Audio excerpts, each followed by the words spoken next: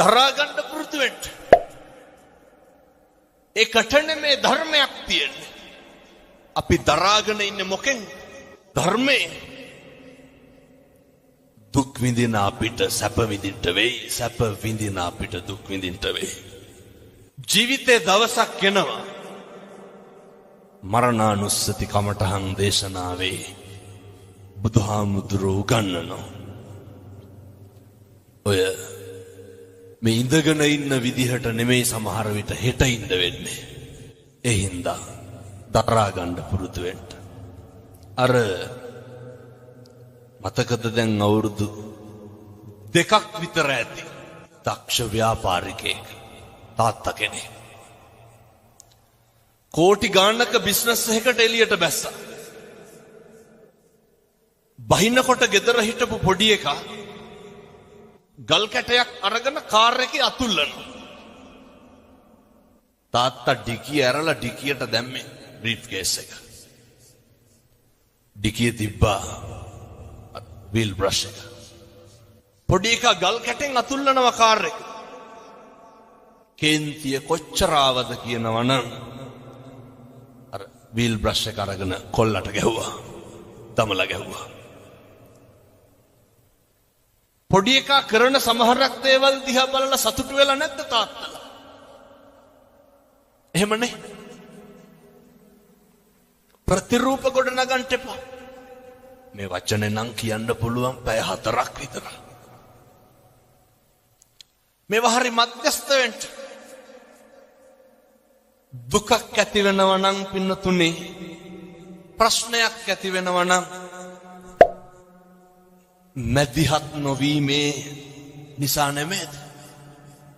අර පොඩි එකා මොකක්ද කාර් එකේ ඇඳලා තිබ්බේ? කොල්ල ගල් කැටයක් අරගෙන කාර් එකේ ලියලා තිබ්බා මම මගේ තාත්තට ගොඩක් ආදරෙයි කියලා. පුරුදු වෙන්න ඉවසන්න. තප්පර 30ක් ඉවසලා බෙල්ල හරවලා බැලුවට නම් ගහයිද ගල් කැටේ වීල් බ්‍රෂ් එකේ? මම මගේ තාත්තට ආදරෙයි කියලා ලියලා තිබ්බේ. ජීවිතේ ඉවසලා බැරිම තැනක් එනවනේ. ඔතන දිවසක් මේක හෙට ඉඳන් ප්‍රගුණ කරන්න. මේවා ප්‍රගුණ කරන්න කල් දාන්න එපා. ගෙදර ඉන්නකොට ස්වාමියාට බණින්න කලින්, බිරිඳට බණින්න කලින්, දරුවන්ට බණින්න කලින් දෙපාරක් හිතන්න. මම පල්ලේ කැලේ බණකට වැඩියා බන්ධනාගාරේ. අවුරුදු 22ක විතර තරුණයෙක්. අඬලා වැඳලා කිව්වා හාමුදුරුවනේ එළියට ගිහිල්ලා මේක කියන්න. කියන්නලු කවදාවත් අනුන් හින්දා. අපි කාට හරි ගැහුවොත් අනුන්ට ගහන්නේ නේ. විඳවන්නේ කවුද? අපි. පුරුදු වෙන්නලු එක විනාඩියක් ඉවසන්න. බන්ධනාගාර අධිකාරිවරයෙක් ලිපියක් ලියනවා. මරණ දඬුවමට උරුමකම් කියන හිරකාරයෝ 100ක් අරගෙන අහන්න හේතුව විදිහට මොකක්ද කියන්නේ? මහත්තයෝ එක විනාඩියක් ඉවසපු නැති එක. එක විනාඩියක් ඉවසුවා නම් මොකද වෙන්නේ? පිහියෙන් අනීද? වෙඩි තියයිද? බෙල්ල කපයිද? නැහැ. අම්මේ තාත්තේ පුරුදු වෙන්න. මේකක්වත් අපිට ඕන විදිහට වෙන්නේ නැහැ. බුදුවරු කොහොමද පැහැදිලි කරේ? අචින්තිතම්පි භවති චින්තිතම්පි විනස්සති. මේ ලෝකේ කවදාවත් හිතන දේ වෙන්නේ නැහැ. වෙන දේ හිතා ගන්නත් බෑ. එහෙම නෙමෙයිද? ඕක අපි දන්නවනේ. මොකක්ද අපි කියලා මේ ලෝකෙ වෙන්නේ? මේක හැම එකක්ම වෙනස් වෙනවා. නැද්ද? මොකක්ද වෙනස් වෙන්නේ නැත්තේ? දරුවෝ වෙනස් වෙනවා. කියනවා නේද? බැඳ ගමන් පවුල් දෙදරනවා කියලා. ඒක මේකේ හැටි. මේ ලෝකේ හැම එකක්ම වෙනස් වෙනවා නම් අපි නඩත්තු කරන අපේ ළඟම තියෙන වස්තුව මොකක්ද? අපේ ඇඟ, අපේ ශරීරය නේ. මේ කෙස් ටික වෙනස් වෙන්නේ නැද්ද? මම මේ කියන්නේ බාහිරයේ පැත්තකින් තියලා අපිට ඕන විදිහට ඕක තියාගන්න පුළුවන්. කවුද අර ඇමරිකාවේ පොප් ගායකයා අවුරුදු 100කට විතර වැඩියෙන් ඉඳ හිටියේ? Michael Jackson. මොනවාද ජැක්සන්ට තිබ්බ අඩුපාඩු? අපිට දැන් මොකක් හරි වුණොත් හික් අඩුවටනේ උපරිම යන්න තියෙන්නේ. අය මොකෝ දැන් නව ලෝකෙට යන්නේ. ඔය තියෙන එක දාගෙන යනවා. මයිකල් ජැක්සන්ට මොනවාද නොතිබ්බේ? ඇඟේ හැම කොටසක්ම ගබඩා කරලා තිබ්බනේ. දක්ෂ පක්ෂකම් තියෙන වෛද්‍යවරු 24 පැය සූදානම්ෙන් හිටියා. මරුනේ නැත්. අපි ගැන කවර කතාවද? කොරෝනා තිබ්බනේ නේ. මහරජා මරුනේ නැත්. මොකද සල්ලි නැතුවද? මංගල සමරවීර මහත්තයා දඩබ්බර සල්ලිකාරයෝ මරුනේ නැත්. ගම්වල අපිට තිබ්බේ දෙතුන් පාර හොදපු මාස්ක් එක විතරයි. කම්මං දල්හං කින්ති කරෝමි. කර්මය දැඩි වුණාම හැම එකක්ම මේක වෙනස් වෙනවා. මතක තියාගන්න. තල්ල කඩි කාලා මිනිස්සු මැරෙනවා, නයි කාලා බේරෙනවා. එහෙමයි. අපේ කියලා අපි තියාගෙන හිටපු අපේ මේ ශරීරය මේකේ දවසක් එනවා. අර බුදුහාමුදුරුවෝ උගන්වන්නේ මගේ නිකන් ටැග් ලයින් එක වගේ තියෙන්නේ අත්තාහි අත්තනෝ නත්ති. හරි සනාතනයි. අපේ අතින් අපිට වතුර ටිකක් බොන්න බැරි දවසක් එනවා. එහෙම නෙමෙයිද? මොනවාද වෙනස් වෙන්නේ නැත්තේ? දරුවෝ වෙනස් වෙනවා. බිරිඳ වෙනස් වෙනවා. පෙම්වතා වෙනස් වෙනවා.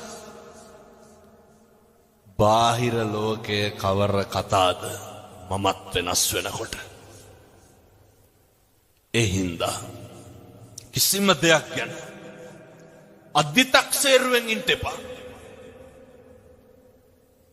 අතීතං නානු සෝචන්ති නප්පජප්පන්ති නාගත පච්චුප්පන්නේන යාපෙන්ති. බුදුරු දේශනා කරේ.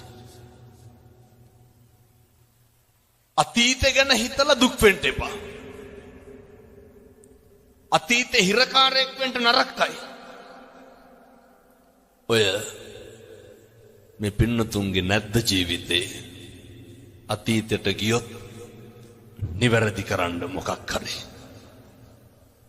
සමහර පින්නතුන් කියනව නේද ඔය දැන් නම් හාමුදුරනේ කරන්න දෙයක් නැතිකමට ඉන්නේ කියලා. දරුවෝ හින්දා ඉන්නේ කියලා කියන්නේ අම්මලා සේර මොළු වනනවා. ඒක ඇත්ත. අප්පිරිය වෙලා ඇති. තිත්ත හිත වෙලා ඇති. හැබැයි කම්පානම් වෙන්න එපා. මම කිව්වේ නෑ රුපියල් 100ක්වත් වියදම් වෙන පින්කමක් හොඳේ. අතීතේ තියාගමු. දැන් අර වාහනේ සයිඩ් කණ්ණාඩියෙන් මොකද කරන්නේ? ඒක බලාගෙන ඉස්සරහටද යන්නේ පස්සටද යන්නේ? ඉස්සරහ බැලන්ස් කරන්නේ මොකෙන්? සයිඩ් කණ්ණාඩිය බලලා තමයි ඉස්සර කරන්නේ. අතීතේ බලමු වැරදි හදාගන්න. දැන් මේ මේසේ තියනවා මෙතන. ඇන ටිකක් අරගෙන ගහගෙන යනවා. මට ඕනේ මේ මේසෙට ඇන ගහන කඩතුළු කරන එක. ඇන ගහනකොට මොකද වෙන්නේ? කඩතුළු වෙනවා. කඩතුළු නවත්තන්න ඕනේ. කඩතුළු නවත්තන්න නම් මොකද කරන්නේ? ඇන ගහන එක නවත්තන්න ඕනේ. එහෙමයි කියලා කඩතුළු මකන්න පුළුවන්? බෑ. කර්මෙ පුච්චන්න බෑ. ගෙවන්න ඕනේ. හැබැයි තවත් කර්ම රැස් කරොත් ඒක වැඩි වෙනවා. මේක අද නවත්තගමු. අතීතය ගැන නම් කම්පා වෙන්න ශෝක කරන්න එපා. වර්තමානයේම මෙහෙම දේශනා කරන්න හේතුවක් තියෙනවා. මම බණ කියනකොට මැරෙන්න පුළුවන්. ඔයත් බණ අහනකොට මැරෙන්න පුළුවන්. මේ ජීවිතේ මේ වංචාකාරයාට මේ හිත කියන ඕකනේ ප්‍රශ්නේ. රවටන එක නවත්තගමු. අර අහලා තියෙනවද? බොහෝ දෙනෙක් දන්නවා. එක ව්‍යාජ වෙලෙන්දෙක් ඉන්නවා. පොල්ලට බූරුවෙක් අරගෙන එනවා. මොනා කියලාද බූරුව අරගෙන එන්නේ? මේ බූරුව වසුරු දානවා. වසුරු දානකොට බූරුවගෙන් වැටෙන්නේ මොනවාද? රංකාසි. ව්‍යාජ පශ්චාත් භාගයක් හදාගෙන ඇවිල්ලා තමයි දැන් පොලේ තියාගෙන විකුණනවා. අර ව්‍යාජ රංකාසි වැටෙනවා වසුරු දානකොට. එක වෙලෙන්දෙක් වැඩි මිලට ගන්නවා. ඇයි මම මේ අපි ගැන කියන්නේ? වැඩි මිලට ගන්නවා. අරගෙන ඇයි දැන් මේ බූරුව රංකාසි වසුරු දානවා? අපේ අම්මලා තාත්තලා හොඳට අහගන්න ඕනේ. අපි බූරුව නම් ගන්නෙ නෑ. ගෙදර අරගෙන ගිහිල්ලා දැන් බලාගෙන ඉන්නවා බූරුව වසුරු දානක. වසුරු දානවා රංකාසි නෑ. අය බූරුව රංකාසි වසුරු දානයි. ගියා පහුවදාම විකුණපු වෙලෙන්දයි ගෙදරට. යනකොට ගෙදර හිටියේ නෑ. බිරිඳ කියනවා මුදලාලි ගෙදර නෑ. පණිවිඩේ යවන්නම් ටිකක් ඉන්න. එහෙම කියලා ගෙදර හිටපු බල්ලට ගැහුවා. ගහලා කිව්වා මහත්තයා කරගෙන වරෙන් කියලා. බල්ලා ගහනකොට දුවනවනේ බල්ලෝ. ඉතින් හොරතල් නෑ. ඒ විදිහෙම බල්ලෙක් එක්ක අර ව්‍යාජ වෙලෙන්ද ආවා. ඇවිල්ලා දැන් අර බූරුව සල්ලි වල ගත්ත මනුස්සයට පුදුමේ මොකක්ද? මේ පණිවිඩ කියන බල්ලෝ ඉන්නවා. දැන් අර යකාට බූරුව අමතක වුණා. දැන් මොකේටද පොරකන්නේ? අපිමයි. දැන් පොරකනවා බල්ලා ගන්න. හැරිලා බැලුවොත් නරකද අතීතේ? එකපාරක් මදිද රැවටුණා. මේ හිත කියන වංචාකාරයා. බල්ල සල්ලි වලට අරගෙන යනවා ගෙදර. ගිහින් දීලා බිරිඳට කියනවා මං ඒ කියන විදිහටම කියන්නද? තමුසෙ එන්න ඕනේ නැහැ මං හොයන්න. බල්ලට ගහලා පණිවිඩය කියනවා. බිරිඳ පහුවදා මොකද කරේ? ඌමනාවකට බල්ලට ගහලා පණිවිඩ. බල්ලු පණිවිඩ කියනවා. බල්ල දිව්ව යන්න. දැන් පහදන්න බෑ. පහෝදා 25ක් 30ක් විතර ආවා. ගෙදර ගියා මුදලාලි. ඒත් අර ව්‍යාජ වෙලෙන්ද ගෙදර නැහැ. ඊට පස්සේ ටිකකින් ආවා. ආපු ගමන් ව්‍යාජ වෙලෙන්ද බිරිඳගෙන් අහනවා. ඇයි මේ මිනිස්සුන්ට සංග්‍රහ කරේ නැත්තේ? අර මිනිස්සු ආවේ දැන් වෙලෙන්ද උස්සගෙන යන මරන්න.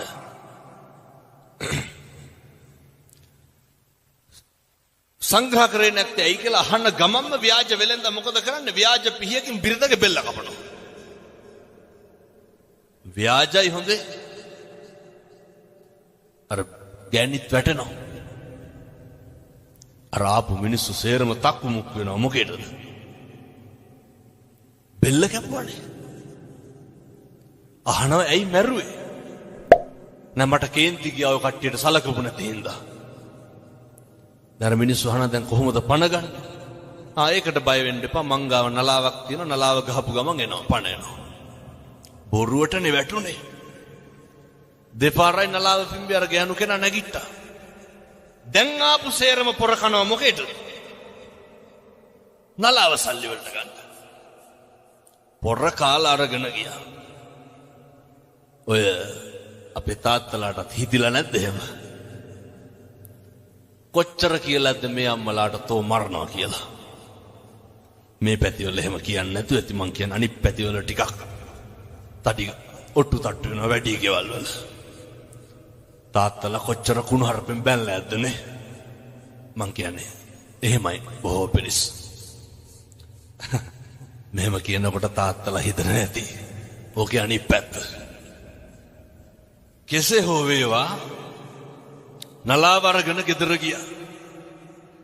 පැත්තකින් තියලා දැන් හැන්දෑවේ ගෙදර ඉන්නකොට ගෙදර දබර දෙන්නගේ.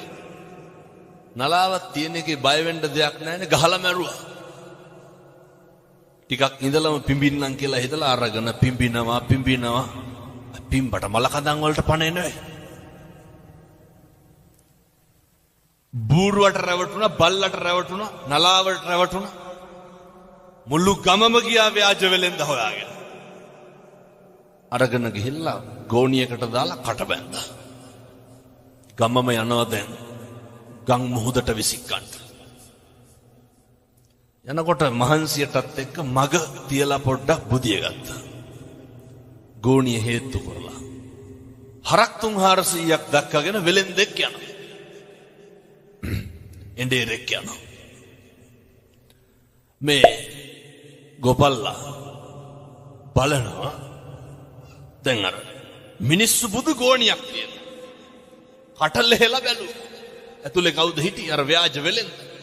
ගෝණිය ලැහෙනකොටම වෙලෙන්ද කියනවා ගෝපල්ලට කෑ ගහන්න එපා. මේ මිනිස්සු එක්කහුව වෙලා මම මේ හොඳ තැනකට කසාද බන්දන්න අරගෙන යන්නේ මං කැමති නෑ. ගෝපල්ලා කල්පනා කරුවා මොකක්ද? හොඳ තැනකින් බැඳ ගන්න පුළුවන්.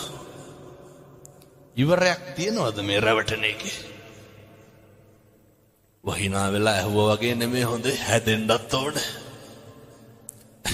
අපි හැදෙන්නේ නැහැ. අය මේ ජීවිතේ යන පළවෙනි බණයි. කොච්චරවත් අහලා ඇති ඊට කලින්. ගෝපල්ලට කියනවා තමුසේ කැමති නම් හොඳ තැනකින් බැඳ ගන්න පුළුවන් ගෝණියට බහැපන්. ගෝපල්ලත් ඒකමයි කාර්යය කියලා ගෝණියට බහිනවා. ව්‍යාජ වෙලෙන්ද කට බැඳලා හරක් ටිකක් තරම් ගෙදර යනවා. ගමේ මිනිස්සු මොකද කරන්නේ? ගෝණිය පිටින් අරගෙන ගිහිල්ලා මුහුදට විසිකනවා.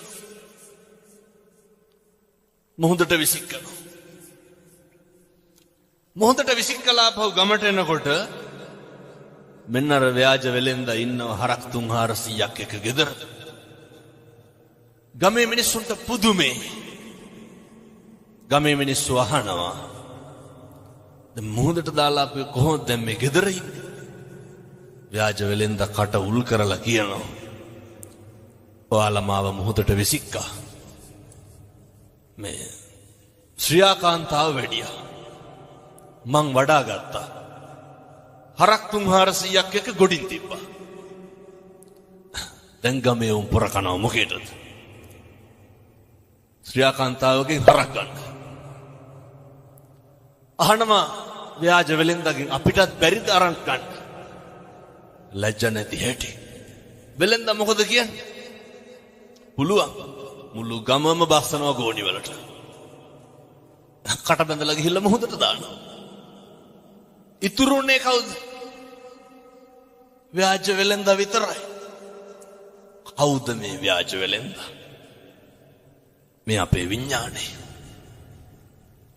ඒක පවතිනවා දිගටම හොඳේ. මේක හැම තැනටම යනවා. අඩු වැඩි වශයෙන් අපි මොකද කරන්නේ? විනාශ වෙන කම්ම රැවට